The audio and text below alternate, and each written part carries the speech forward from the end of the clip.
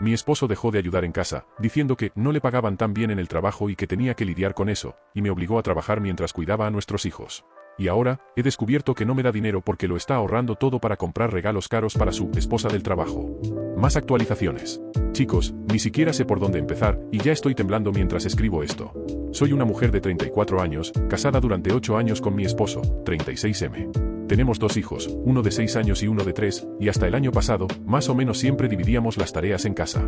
Yo trabajaba a tiempo parcial, él a tiempo completo, pero nos las arreglábamos. Yo llevaba a los niños a la escuela, él hacía la cena cuando llegaba temprano a casa, y los fines de semana, nos dividíamos las cosas. Nunca fue perfecto, pero era manejable. Hace unos 8 meses, las cosas comenzaron a cambiar lentamente. Llegó a casa de una promoción en el trabajo, diciendo que las cosas estarían un poco ajustadas. El sector está un poco deprimido en este momento, no me pagan tan bien, cariño, tenemos que apretarnos el cinturón.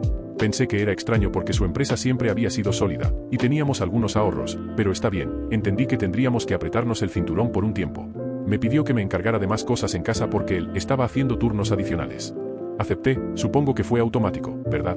Comencé a trabajar a tiempo completo de nuevo para ayudar con las facturas y al mismo tiempo, hacía lo que podía con los niños, dejarlos, recogerlos, el almuerzo, el cuidado después de la escuela, todo. Se convirtió en una rutina loca, trabajar fuera durante el día, trabajar en casa, por la noche, sin descansos reales. Comenzó a distanciarse de las pequeñas cosas. Ya no preparaba el almuerzo el fin de semana, diciendo que estaba demasiado cansado del trabajo. No ayudaba a nuestro hijo de 6 años con su tarea, que requería paciencia. Estoy exhausto hoy, decía. Las facturas seguían a nombre de ambos, él decía que iba a depositar su parte de la tarjeta de crédito, pero cada vez que le preguntaba, me decía, no tengo nada extra debido al retraso en el pago, y que yo tenía que lidiar con eso por ahora. Me sentí asfixiada. Sentí que me estaba convirtiendo en la esposa madre trabajadora autómata. Mis amigos y familiares notaron que estaba al borde del colapso. Hablé con él al respecto. Dijo que era temporal, que cuando el dinero normal volviera, las cosas se normalizarían. Ok, respire Hondo. La vida adulta tiene sus fases. Pero cada vez que pedía dinero extra, él se demoraba. Cariño, no lo tengo para este mes, está un poco ajustado debido a las horas extras, lo resolveremos el próximo mes. Y yo, que ya había tomado otro turno en el trabajo, comencé a encargarme de todo. Ya estaba haciendo esto porque amaba a los niños y quería que la casa funcionara sin problemas, pero su narrativa de no tener dinero comenzó a molestarme. No se trataba solo del dinero, era la sensación de llevar todo sola mientras él decía que también estaba sufriendo, aunque veía poco esfuerzo de alguien que siempre prometió ser un compañero. Incluso traté de preguntar de una manera no acusatoria, ¿estás bien en el trabajo? ¿Realmente te están pagando menos? Dijo que sí, que era complicado, que había retrasos ocasionales, que el sector era un poco inestable. Lucre, a Reganadians, pero Lucre. Las cosas se establecieron de esa manera. Hasta hace una semana, vi un texto de una amiga que me hizo sospechar, una captura de pantalla de una conversación entre colegas que hablaban de cómo su jefe había pagado algunas cosas para una cierta esposa del trabajo, porque ella estaba cerca del equipo. Guardé eso como chisme de oficina. No quería hacer un gran problema de ello. El punto de inflexión ocurrió el fin de semana pasado. Era sábado, tenía un turno aburrido de guardia, y mi mamá vino a quedarse con los niños para que yo pudiera trabajar un par de horas desde mi oficina en casa. Cuando volví a la habitación donde guardo mis cosas, accidentalmente noté un sobre en la mesa de la sala que no era nuestro. Tenía una tarjeta elegante de una joyería muy conocida. Mi nombre no estaba en ella, decía, para L, su nombre de pila. En la tarjeta, un mensaje tonto en inglés, gracias por estar siempre ahí. Nos vimos el sábado. No conocía sus nombres. En el sobre, un recibo doblado. Lo leí rápidamente porque mi corazón se apretó, era de un collar caro, muy caro. Pensé que podría ser su regalo para alguien de la familia, una disculpa, 1000 hipótesis. Pero el hecho de que la tarjeta estuviera allí, entre sus cosas, me hizo sentir fatal. Busqué otras pistas. En el cajón de su oficina, encontré algunos extractos de tarjetas de crédito que estaban en una carpeta que él usaba. Encontré algunas compras recurrentes en tiendas a las que mi esposa nunca iría, un spa caro, una cena en un restaurante elegante con un menú de degustación, un cupón de fin de semana en un resort cerca de la ciudad, todo comprado en fechas en las que él decía que estaba en un turno extra o la reunión se alargó. Lo peor fue ver transferencias a un apartado de correos con un apodo que no reconocí. Siempre hacía pagos en línea, pero en meses en los que decía que no tenía, estaba donando un montón de dinero a esa cuenta. No quería creerlo. Miré esos recibos y se me revolvió el estómago. No había forma de que fuera mi compra. Estas no eran cosas que yo haría, y la forma en que estaban dirigidas, parecía que eran para otra mujer. El apodo del apartado de correos me dejó sin aliento, Luz, el nombre que recordaba del mensaje de la tarjeta. Y comencé a unir las fechas, cuando yo necesitaba ayuda, él decía que no, los fines de semana cuando hablábamos, él estaba atascado en el trabajo, y en esos mismos días, estos cupones y compras aparecerían. La sensación era de ser engañada en silencio. Espié en su computadora, sé que es una invasión, pero estaba en estado de shock y quería entender antes de explotar. En su navegador había conversaciones abiertas, no explícitas como pornografía o sexo, pero mensajes afectuosos entre él y una colega. Nos vimos el sábado. Gracias por todo, fue genial verte hoy, tienes un don, quiero mimarte este fin de semana. Llamaba a la mujer por el apodo L. En las redes sociales, había fotos de grupo del trabajo, y encontré una foto donde ella estaba a su lado, riéndose con una bebida en la mano, y él la estaba agarrando del brazo de una manera que me hizo sentir enferma. No era un beso infraganti, no había evidencia física de nada sexual, pero era una intimidad más allá de lo profesional. Como hacer planes de fin de semana, intercambiar regalos, regalos caros. En ese momento, el foco cambió para mí, no era solo el dinero, era la inversión emocional que estaba haciendo fuera de casa. Ese día, me senté con el extracto, con los recibos y con las 2 notas que encontré. Decidí confrontarlo. Lo llamé para hablar después de que los niños se durmieran. Juro que intent no enloquecer. Le mostré el recibo del collar, hablé de las transferencias, hablé de las compras y los mensajes. Se puso rojo, comenzó a balbucear excusas como, no es lo que piensas, es amistad, es un regalo de una amiga. Dije que una amistad que recibe joyas caras, cenas y reservas de hotel no es una amistad. Se puso a la defensiva, pero tú misma dijiste que estoy cansado, que no tengo tiempo, y estoy tratando de compensar con amabilidad, está mal. Dije que él tenía una obligación con la casa, con la familia, con su palabra, y que usar el argumento, estoy cansado, no puedo, mientras gastaba en otra mujer era una traición financiera y emocional.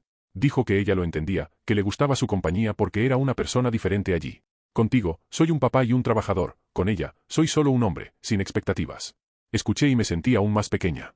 Me dolió escuchar eso de alguien que prometió elegir a nuestra familia. Lo confronté sobre el dinero, ¿por qué no depositaste tu parte de la tarjeta de crédito este mes? Y él dijo que no tenía, que se lo estaba guardando porque no tenía liquidez. Le respondí con los recibos. Luego comenzó el espectáculo de culpa/diagonal lógica, fue solo un regalo, estaba tratando de devolver un favor, estaba siendo generoso. Sé que suena a paranoia que piense en hacer trampas solo porque había regalos, pero el patrón era claro, ausencias de casa, excusas de trabajo, pagos ocultos y regalos a alguien del trabajo. No era un misterio. Admitió que había estado gastando algunas cosas en esta mujer. Negó una relación física, pero admitió que había un involucramiento emocional.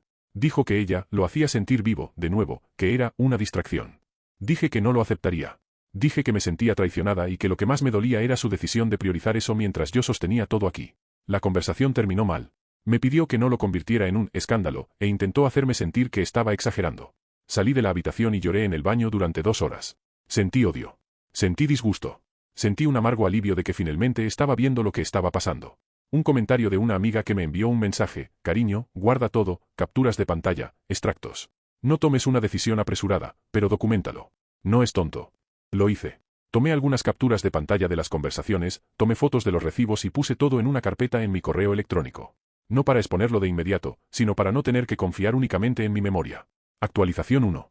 Después de ese día, la casa se sintió extraña. Él intentó volver a la normalidad, trajo flores el domingo y dijo que se había equivocado, que quería terapia de pareja. Acepté ir, pero sin promesas. Le pregunté si rompería con esta mujer, dijo que sí, que solo necesitaba tiempo para explicar las cosas en el trabajo, que no quería exponer a su colega y que era complicado. Dije que ninguna complicación justifica robarle a nuestra familia. Se disculpó, lloré, fui a trabajar y la rutina continuó, pero ahora estaba más vigilante. Mark, un nombre falso para mi esposo, continuó diciendo que el presupuesto era ajustado. Cada mes veía menos dinero entrando, pero también veía más regalos apareciendo en el extracto. Parecía que él elegía qué priorizar. Comencé a controlar las finanzas más cuidadosamente, dije que iba a pagar las facturas directamente desde la cuenta conjunta y que él tendría que avisarme para transferir su parte. Se quejó, dijo que estaba siendo demasiado controladora, que era sospechosa. Dije que de hecho lo era. Dijo que estaba siendo injusta. Mientras tanto, L, la colega, comenzó a aparecer en conversaciones más abiertas en su trabajo. Una amiga suya que noté en las redes sociales le dio me gusta a una foto donde estaban juntos en un evento. Me puse en contacto con una de sus colegas de trabajo, comencé a chatear con ella sin presentarme de inmediato, y descubrí que varios colegas pensaban que se estaban acercando. No era un secreto. Y descubrí que ella estaba recién separada, con hijos, y que parecía cariñosa con el equipo. No sé si eso me hizo sentir más enojada o más compasiva. Tal vez ambas cosas. Comencé a hablar más firmemente sobre el dinero y el comportamiento. Pedí transparencia. Él prometió. Tuvimos algunas sesiones de terapia, que solo fueron útiles en la superficie. Él decía que me amaba, que se había equivocado, que quería arreglarlo y que yo necesitaba entender la presión del trabajo. La terapeuta nos pidió que nos escucháramos. Lo intenté. Pero cada vez que cuestionaba sus compras, él se cerraba. Y yo no solo quería evidencia financiera, quería prioridad. Y eso era algo que él no cambiaría fácilmente. Al final de 3 meses de este intento, mi agotamiento ganó. Vi que su promesa de romper con la mujer no se estaba cumpliendo. Dijo que no tenía el coraje de hablar con ella en el trabajo, que ella estaría devastada, que las cosas podrían ponerse incómodas. Entendí que estaba protegiendo a su colega más que a nuestra familia. Y fue entonces cuando le pedí documentos, capturas de pantalla de conversaciones, recibos de transferencias. Estaba furioso. Dije que si quería arreglarlo, tenía que probarlo con acciones. Me dio algunos papeles, pero descubrí más cosas ocultas, una tarjeta de crédito con saldos altos a su nombre, pagos automáticos de regalos e incluso reservas de hotel que él decía que eran para el trabajo. El total era un agujero financiero que nunca imaginé. Actualización 2. Cansada, hablé con un amigo de la familia que es abogado. No quiero un drama legal exhaustivo, ese no es el punto. Pero necesitaba saber mis derechos en caso de que decidiera irme.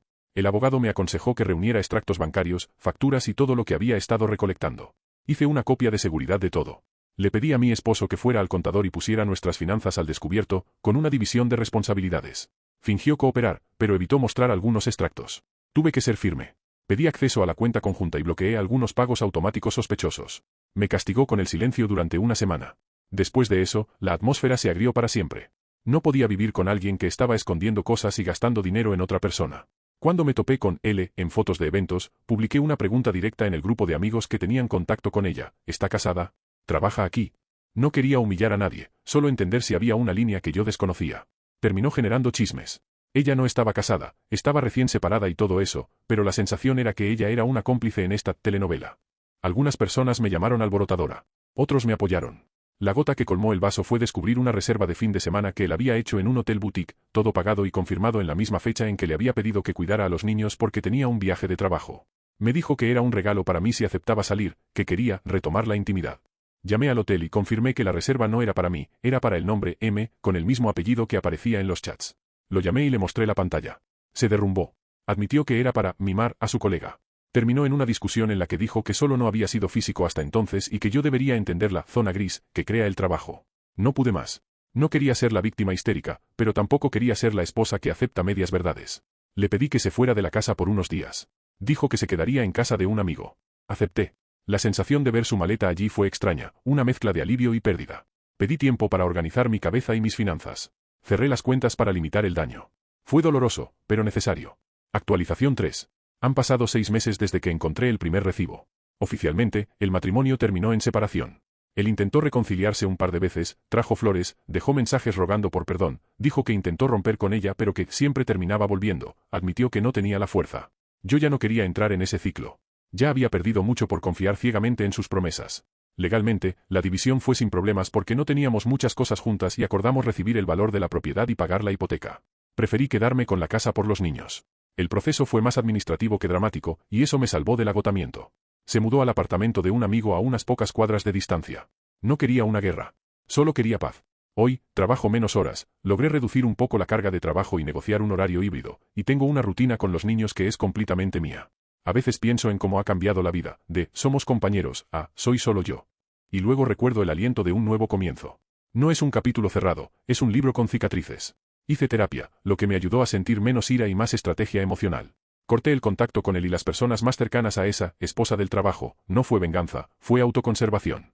Algunas personas dijeron, fuiste fuerte, deberías haberte ido antes. Otros dijeron, tómatelo con calma, hay matices. Aprendí que la confianza es un extra, y aquellos que la rompen necesitan reconstruirla con evidencia real. No es solo una promesa. Y que el dinero oculto y los regalos caros eran solo la punta del iceberg. Lo que me dolió fue su elección de priorizar a otra persona mientras yo sostenía todo. La pregunta que me atormenta es simple, ¿por qué tantos de nosotros aceptamos la falta de presencia diaria, pensando que el silencio es temporal?